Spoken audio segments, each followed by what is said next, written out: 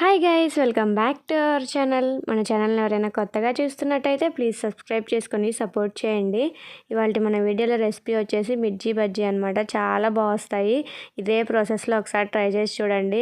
బయట మనకి హోటల్స్లో బయట రోడ్ సైడ్ బండి మీద దొరుకుతూ ఉంటాయి కదా, ఆ స్టైల్లో అయితే వస్తాయన్నమాట. ఆ టేస్ట్గా ఉంటాయి, చాలా బాగుంటాయి.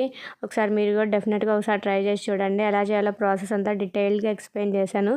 వీడియోని ఎక్కడ స్కిప్ చేయకుండా లాస్ట్ వరకు చూసేయండి. బజ్జీలు అయితే పర్ఫెక్ట్గా చాలా బాగా వస్తాయి. డెఫినెట్గా ఒకసారి ట్రై చేసి చూడండి. ఎలా చేయాలో ప్రాసెస్ అయితే చెప్పేస్తాను. ముందుగా మనం మిర్చి బజ్జీ అయితే తీసుకోవాలన్నమాట. మిర్చి బజ్జీ లేకపోతే మనం ఇంట్లో యూజ్ చేసుకుంటాం కదా, మామూలు పచ్చిమిర్చి అదైనా తీసుకోవచ్చు. తీసుకొని ఫస్ట్ లోపల ఉన్న గింజలన్నీ తీసేయాలి. పైన ఒక ఘాట్ లాగా పెట్టేసి లోపల ఉన్న గింజలన్నీ అయితే తీసేయాలన్నమాట.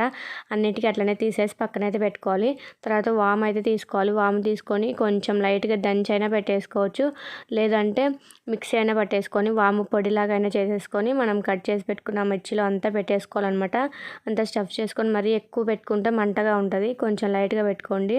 పెట్టేసుకున్న తర్వాత అన్నీ పెట్టేసి పక్కనైతే పెట్టేయాలి. పెట్టేసిన తర్వాత పిండి అయితే కలుపుకోవాలన్నమాట. మనం బజ్జీలు బాగా క్రిస్పీగా రావాలంటే ఒక చిన్న టిప్ అయితే చెప్తాను. మనం శనగపిండి కలుపుకునేటప్పుడు అందులో 2 టేబుల్ స్పూన్ల బియ్యం పిండి అయితే వేసుకోండి. బజ్జీలు అయితే చాలా బాగా వస్తాయి. ఒకసారి మీరు బజ్జీలు ఎప్పుడైనా వేసినప్పుడు ఇట్లా ట్రై చేసి చూడండి. చాలా బాగా క్రిస్పీగా బాగా వస్తాయి అన్నమాట. ఇట్లా పిండి కలుపుకొని పిండిలో టేస్ట్కి సరిపడా సాల్ట్ అలాగే సోడా ఉప్పు వేసేసుకొని కలిపేసి పక్కనైతే పెట్టేసుకోవాలన్నమాట.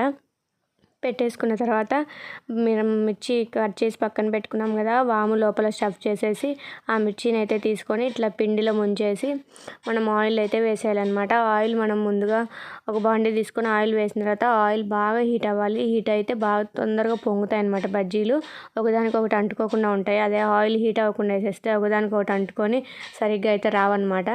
ఆయిల్ బాగా హీట్ అయిన తర్వాత బజ్జీలు అయితే వేసేయాలి. బాగా ఇంకా సైడ్ తిప్పేసి బాగా గోల్డెన్ బ్రౌన్ కలర్ వచ్చేంత వరకు ఫ్రై చేసుకుంటే బజ్జీలు అయితే చాలా టేస్టీగా వస్తాయి. ఒకసారి ఇట్లా ట్రై చేసి చూడండి, చాలా బాగుంటాయి అన్నమాట. మామూలు మిర్చితో కూడా ఇట్లానే ట్రై చేయొచ్చు. మామూలు మిర్చితో కూడా ఇట్లానే వస్తాయన్నమాట. ఇంకా బజ్జీలన్నీ తీసేసుకున్న తర్వాత ఆయిల్ కూడా ఏమి ఎక్కువ పీల్చవు. ఇట్లా చేస్తే 2 టేబుల్ స్పూన్ల బియ్యం పిండి అయితే వేయాలి. బజ్జీ వేసేటప్పుడు బాగా వస్తాయి. ఇక తర్వాత ఇట్లా బజ్జీని మధ్యలో కట్ చేసి పల్లీలు అయితే ఆయిల్లో ఫ్రై చేసుకున్నాను అనమాట. మామూలు ఆయిల్ లేకుండా ఫ్రై చేసుకుంటాం కదా మనం చట్నీకి, అట్లా కాకుండా ఆయిల్ వేసేసి పల్లీలు అయితే ఫ్రై చేసుకున్నాను. ఫ్రై చేసుకొని ఆ బజ్జీని మధ్యలో కట్ చేసి అందులో పల్లీలు అలాగే కొంచెం ఆనియన్స్, కొంచెం లైట్గా పైన కారము, లైట్గా ఉప్పు వేసేసి పైన కొంచెం లైట్గా నిమ్మకాయ రసం అయితే పిండేసాను అనమాట. టేస్ట్ అయితే ఎక్సలెంట్గా ఉన్నాయి. మీరు కూడా డెఫినెట్గా ఒకసారి ట్రై చేయండి. మళ్ళీ మళ్ళీ ఎప్పుడు చేసుకోవాలనుకున్నా కూడా ఇట్లే చేసుకుంటారు. చాలా బాగుంటాయి. చాలా పర్ఫెక్ట్గా కూడా వచ్చినాయి అనమాట. సేమ్ బయట మనం బజ్జీలు కొనుక్కొని తింటే ఎట్లా ఉంటాయి అదే టేస్ట్ అయితే వచ్చినాయి అనమాట. డెఫినెట్గా మీరు కూడా ఒకసారి ట్రై చేసి చూడండి. చాలా బాగా వస్తాయి. మీకు కూడా చాలా బాగా నచ్చుతాయి అనుకుంటున్నాను. ఒకసారి ట్రై చేసి ఎలా వచ్చాయో నాకు కామెంట్ చేసి చెప్పండి. సో అంతే ఈ వీడియో. మన వీడియోస్ చూస్తున్నారు కానీ సబ్స్క్రైబ్ చేసుకోవట్లేదు, ప్లీజ్ సబ్స్క్రైబ్ చేసుకోండి. చూసారు కదా ఎంత బాగా వచ్చాయో, పైన క్రిస్పీగా చాలా బాగున్నాయి అన్నమాట. మీరు కూడా డెఫినెట్గా ఒకసారి ట్రై చేసి చూడండి.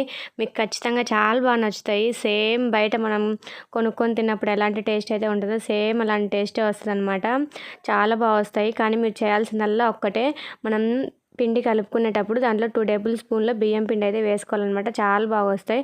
సో అంతే ఈ వీడియో. మన వీడియోస్ కనుక నచ్చినట్టయితే please like, share and subscribe to our channel. Bye guys, thank you for watching.